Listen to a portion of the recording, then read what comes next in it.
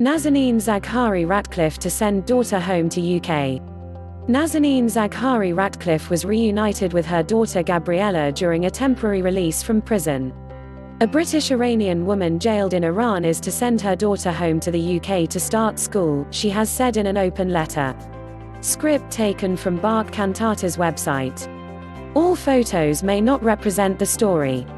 Watch to learn English the way you've learned your mother tongue, as this video is especially made. Nazanin Zaghari-Ratcliffe was jailed for 5 years in 2016 after being convicted of spying, which she denies.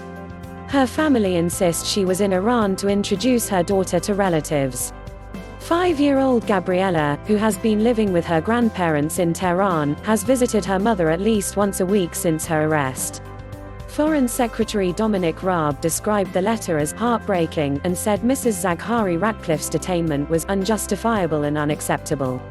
Her daughter will be back in London before Christmas, according to The Times.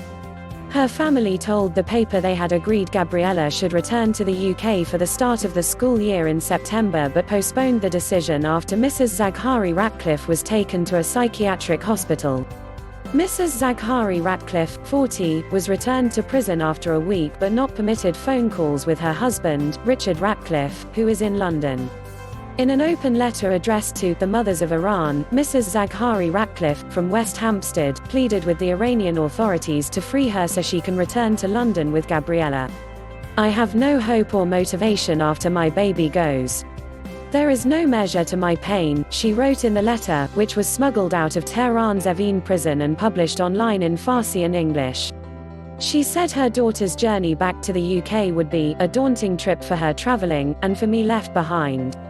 And the authorities who hold me will watch on, unmoved at the injustice of separation.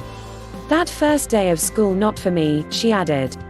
Mrs Zaghari-Ratcliffe is giving up Gabriella's weekly visits to see her in prison so that she can live in Britain, where she was born. Those brief minutes might be the shortest of cuddles, but without doubt the most beautiful and uplifting cuddles in the whole world, she wrote.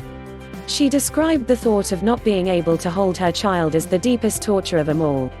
Please subscribe to my channel. Thanks for watching.